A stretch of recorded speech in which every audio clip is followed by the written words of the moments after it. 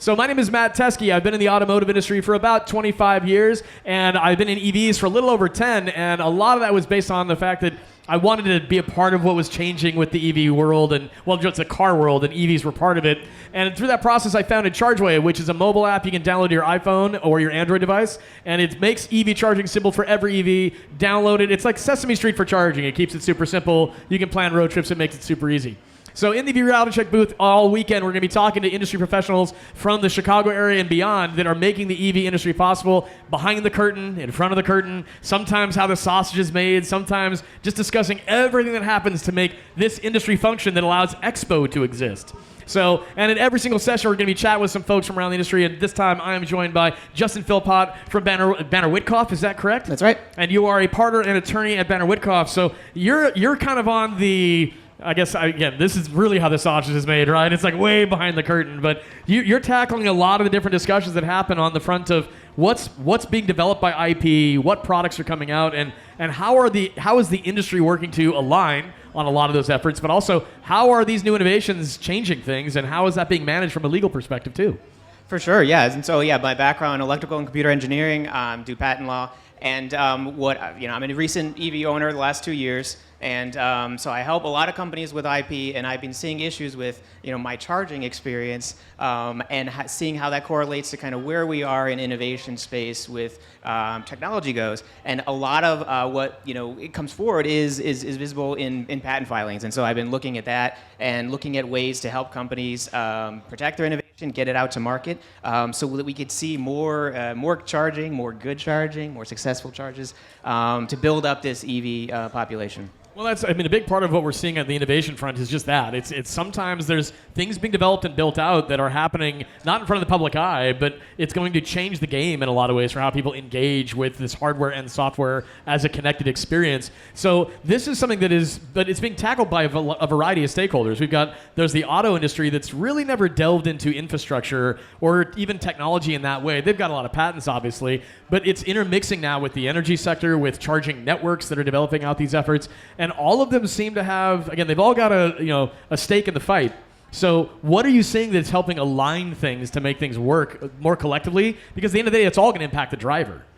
For sure. I mean, standardization is a big part of that. I can give you a quick story. It's sort of a tale of two spring break trips. Okay, right, here we go. So my first spring break trip after having an EV, we were going to Indianapolis for the solar eclipse. Total mileage from our house to Indianapolis was 210 miles. My EV range is 240 on a good day. Oh, okay. EPA. As a practical matter, it's more like 210, 200. So pretty close to that getting there moment. Yeah, so you got to map it out. You got to use an app like a Chargeway, and you got to make sure you plan all your charges along the way. And long story short, we didn't feel comfortable. We took the gas car. Okay. Fast forward a year later, I have the NACS adapter. That makes a world of difference. So the NACS... Access to the supercharger network from Tesla. The supercharger network, you've more than doubled the possibility of charging locations. Long road trip, we took the EV, it worked, charged halfway, found plenty of charging options. I would say also the ability to have multiple ways to charge your car is key. So we have, the CCS one plug, we've got the NACS adapter, we've got the Tesla destination charger adapter. We've got a 20-foot extension for level 2 in case we get iced. Okay. And then the level 1, plug into your house outlet, you're good to go. Well, and what you just defined too is a lot of people here at Expo today, they may not have the experience that you have or I have, and that's a lot to navigate, right? It's a lot to unpack for what did he just say? I got a what to a this and a that. And that's a big part of the conversation. I think that the industry has done a lot of great things on the engineering side, but how it's represented to the public oftentimes is still pretty overwhelming to people. It is a user experience. It's a user-lived experience. I remember, the first week we had the EV. Coming home, we did not yet have level 2 installed. We actually made it a whole year without getting a level 2 installed. Okay, which I do not recommend. But so to that point, it's doable. As a homeowner, you went home and basically looked in the garage and found an outlet, plugged in the charger that may have come with the car, or you may have had to buy one, but that is going to give you, 40 miles of range overnight-ish. But for your daily commuting, that's fine. But if you're going on a road trip and need to fill up overnight, not gonna cut it. It worked, yeah. So daily use, it works. Level 1, just plug into your outlet. The long road trips, definitely not. So then we did use the public charging network. So one thing that I found was interesting when I was going to buy the vehicle, we had 2 free years of use of Electrify America network. And my experience was you kind of get what you pay for. There you go. Free. There's always an asterisk on free, right? Yeah. So I thought, I'm just going to charge it whatever. It's going to be free. It's going to save a lot of money. It didn't work for me, to be honest. Like all sorts of issues. Charging station not working, not available. You can't find them. Your payment mechanism doesn't work. You end up using a credit card anyway. So I think as a new EV purchaser, I would say go into it thinking probably going to charge at home for the most part. The network's getting better every day, and I'm sure your app's showing, more charging stations popping up. It's amazing how fast it's growing, and there's a lot of new players that are getting into this space that are newer networks that we haven't, again, people like you and I, we've heard of networks like EVgo, Electrify America, Tesla. Some of the newer ones coming in, like Iona, which is building out infrastructure with awnings over the chargers. Imagine that, shade and protection from weather. There's a lot of things that are happening, but it's kind of the beginning of this second wave of what infrastructure will look like, which is great for timing because we now have over 100 plug-in models available. But to your point, you have to be prepared mentally for what this means for you. And I think you bring up the most important point is if you're here shopping today and you own a home and you have a garage or a driveway where you park your car, most, if not all of your fill-ups are going to be at home. Yeah, I mean, for sure. That's the same for us. Yeah, but then it's when you go on the road trip, you got to know how to trust it. But if you don't have a home where you can charge, you have to, utilize public infrastructure, and you got to trust that it's going to work for your needs. Right. And it is possible. It is viable if an EV is your only vehicle. I would say any family that is a 2-car family, you definitely should have one of them as an EV. I think it makes a lot of sense. Oh, sure. I think the bigger question is, at what point do we transition to become a 2 EV family with no ICE cars? So my wife and I did that 6 years ago. Something like that, 7 maybe. Okay. But it was one of those moments of I think I call it the lily pad approach, where it's like I have a gas car, I'm hopping across the pond, I got a hybrid, which is it's a gas car that's just more efficient. Yep. But then you hop to the next lily pad, which is what they call a plug-in hybrid, which is it runs on electricity for 30, 40 miles, then gas takes over for hundreds of miles. That's a nice lily pad to hop to because if you have a garage where you can charge at night, you really get accustomed to the fact that you're like, holy cow, I only buy gas like 3 times a year, like when I leave town or something. So no, that's right. When we have a second car that is a Camry hybrid. We rarely fill it up because we're mostly using the EV. Occasionally the long road trip where we are not comfortable with the charging stations yet. So. Well, I mean, that's the learning curve of what we're talking about too. Oftentimes is it's not about the car; it's about the fill-up experience. And now that it's lifestyle-based, because again, previously gas cars, it didn't matter if you had a Bentley and a 10-bedroom house. You went to the gas station the same way the person who lived 10 miles away who had an apartment that just drove a little basic car pulled up. You'd be standing next to each other going, how you doing? How you doing? And that's how we've known it forever. But there's almost like there's a class system now to filling up with electricity. If you're a homeowner, it is better. But if you're a non-homeowner, the infrastructure's gotten so robust that you can trust it. But we talked with some people earlier about how there's no signage. There's nothing out there that lets you know. You do have to leverage tools like Chargeway and others to know what it's that. Yeah, and I would love to see better signage. I would love to see more charging right off the highway. Oftentimes they're not, and they should be, I think. And I'd like to see lines at charging stations because that's the other sort of Wild West. Like a queuing kind of. Yeah, you get to a charging station. There's maybe 2, there's maybe 4, and you think, okay, I'm the next one, and then no, there's a whole row of folks not in line, but just in different parking spaces. They just kind of like hunt up, flashing their lights like I'm next. I'm next. Well, and this gets to the fact that we've had an infrastructure forever for fueling that had an attendant. Back in the day, they literally did it for you, right? I mean, we're talking, this was like 70 years ago, but then you fast forward, it's like there's always someone on site who can help, but it's much more uniform than we got used to. The lack of uniformity as we were deploying charging to the public added to these complexities. But there is uniformity that is now being structured around using the Tesla plug type, which is called the NACS connector. Most automakers they've already committed to it, but they're now changing their vehicles over to have it. But we have a lot of different little things you have to navigate for.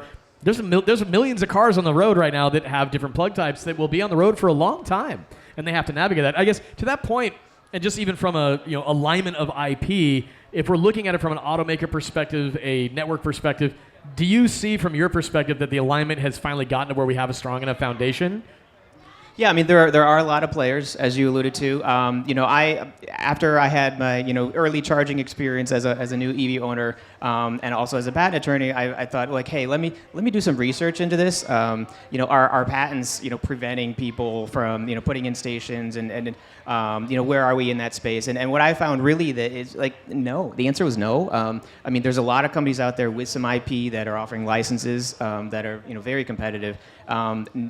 Over between late 2019, early 2020s, the filings were actually going down, and so I thought, okay, you know what? Actually, it's not the patents that are stopping us. It's really kind of innovation. We need to. Yeah. We're a little bit behind the curve on innovating. And I updated that research just recently, and I saw, it's actually gone back up. We're seeing, 2,000 to 3,000 new patent publications every year from a wide range of companies innovating in just specifically the EV charging space. So you have the OEMs, you have the electrical supply companies, you have startups, a whole range from software, hardware, communications. There's a collection of different technologies all kind of merging on this EV charging space because I think they see the demand, I think they see the need for innovation, and I think they're putting money investing in this area. Well, there's a lot of things that, I mean, at the end of the day, if you come up with an idea that no one else has had, that's the point. It's just how, and again, and I think of it from the perspective of how does it improve the experience with the public and with drivers? I think a lot of times we see things that are protectionary around maybe hardware and technology that will just keep it into one automaker's world or something along those lines. But there's some elements around what's being developed and what's being patented that I think if you have an idea that's more universal, I think that's going to be something that's more important to the industry as a whole, I would guess, as opposed to here's a very uniform element that relates to just car manufacturing, as opposed to here's something that impacts all EV driver experiences that's a patented product. Yeah, no, that's a really good point. And I think that's, as we were talking earlier about the North America Charging Standard, the NACS, just the idea of, okay, from a physical hardware standpoint, they all have to match up, right? Every EV ought to be able to charge for whatever charger they run up to. And that has not always been the case. But recently we're seeing more of that. So we have a standardization in the physical connector. We have the communication network. There's a lot of IP behind that, but actually a lot of the communications are older technology, like LTE, 4G before 5G. And that's becoming expiring patents. It's kind of open space. The space that is covered is very licensable.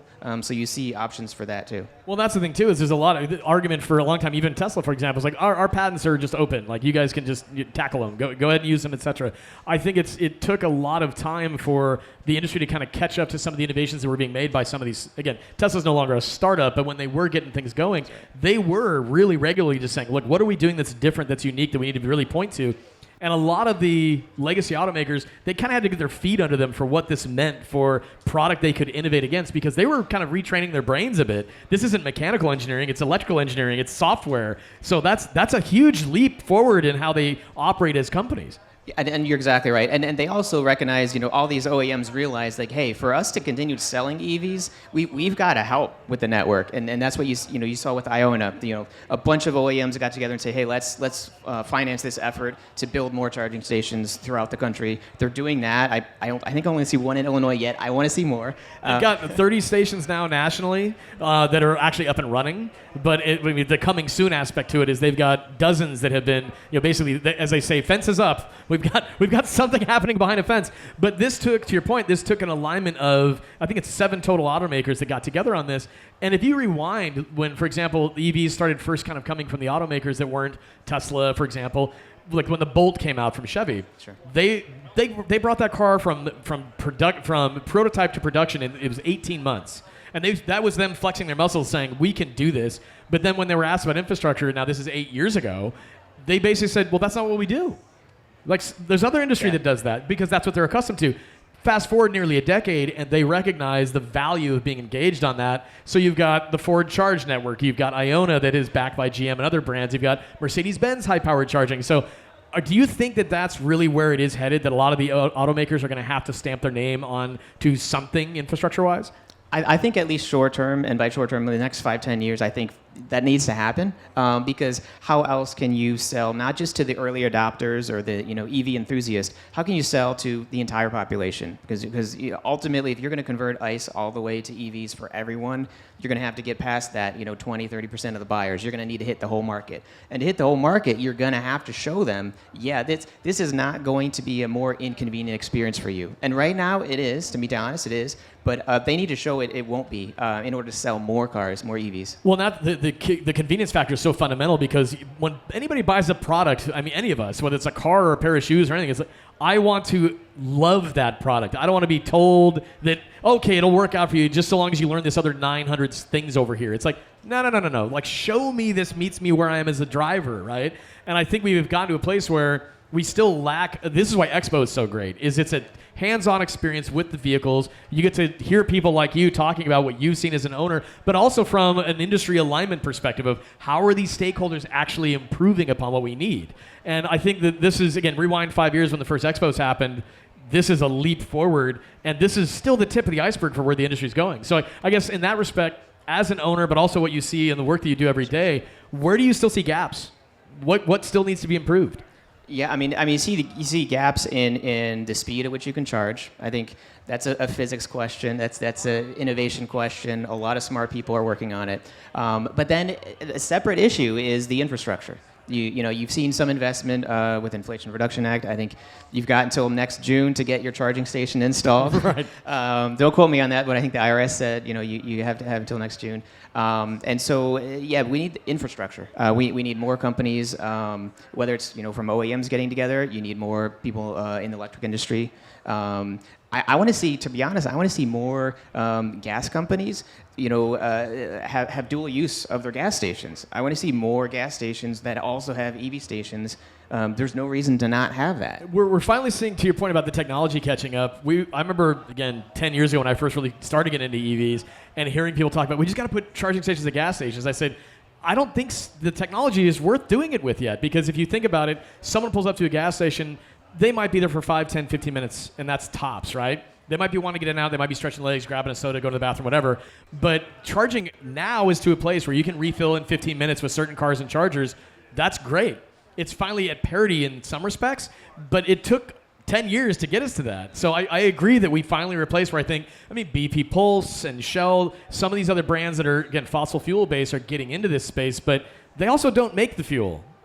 That's right. They just distribute this new thing. But people see them as a fueling provider, right? Right. And you're right. It is a different experience charging for 45 minutes versus a fill up in 2 minutes. So the location for charging, you probably want a different kind of experience, right? So like a dwell time, right? Like how long am I going to be here? What's the benefit of if I'm stopping? Good examples like movie theaters. They could have chargers that get you back on the road in an hour and a half, 2 hours, because if you show up with 5% and go and watch a movie, you don't need to be done in 10 minutes. Yeah, there was an interesting article in the last year or so from the Washington Post, and they looked at sales in retail areas for those areas that installed charging stations. And they saw that within, I think it was for every year they had the station installed, they actually covered 10% of the cost of the install itself. That's a significant chunk. So you're increasing your sales, especially if you're in a retail area where whether the landlord decides this makes sense, whether the stores get together and this makes sense, they all chip in. It does increase presence in retail areas. It may be a 10% kind of an increase, but it's a real increase. And was this a national survey that they did this against? Yeah, this was a national survey. I think it was in the Post. In the last year or so. Well, so to that point, it really speaks to how, again, on a localized level, every time Expo shows up to a city in a metro area, it's always kind of getting a sense of what are we seeing on the boots on the ground, what's happening on the front lines here. And as an example, Chicago made the news a year or two ago as it related to winter charging, and that turned into a whole national discussion around, well, what happened? And I remember looking at that. I remember there was one individual who was interviewed about going to a charger, and they said, oh, it's cold, and my battery is cold, etc. They also mentioned, they said, well, my car was in my garage and I decided to go to this charger. And I thought, why was this person not charging in their garage? And I think a big factor that still is at play is that, and Expo is a big part of that, is how do we help people understand based on their lifestyle where they fill up and where it makes the most sense? Because I still think that's something that people are accustomed to. I got to go find my fill up. Yeah, and I think related to that is like as an EV owner, you need to live in the 20 to 80% charge space, right? Sure. And so like you need to be filling up at your 20%. You need to charge at 80 to preserve your battery life. So really, when you look at buying a vehicle, think of that 60% is really your manageable range. So you need to charge, like you found people, at less than 5% or what have you, go into a charging station. If it's cold out, you're going to run through that energy real quickly. That's the comment always made by old school EV owners is ABC, always be charging. Like if you keep your battery plugged in, keeps the temperature regulated, it keeps the battery happy.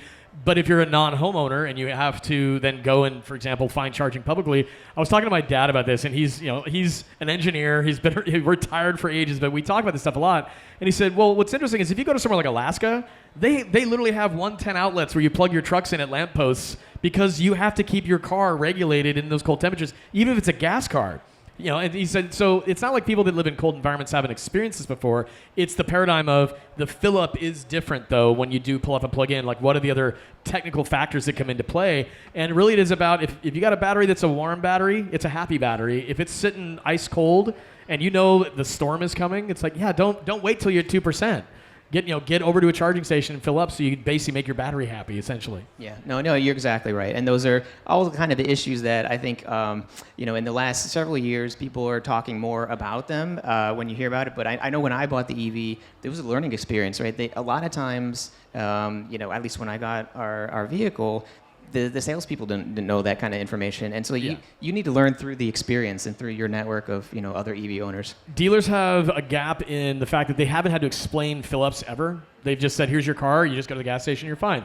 The new fill-up with a new type of fuel that requires the things we're talking about, at the end of the day, it's, can I connect here? What plug do I have? Can I just connect here? The next question is, how long is it going to take me at this station? Because there's the variances of power. And then you just want to know, is it working?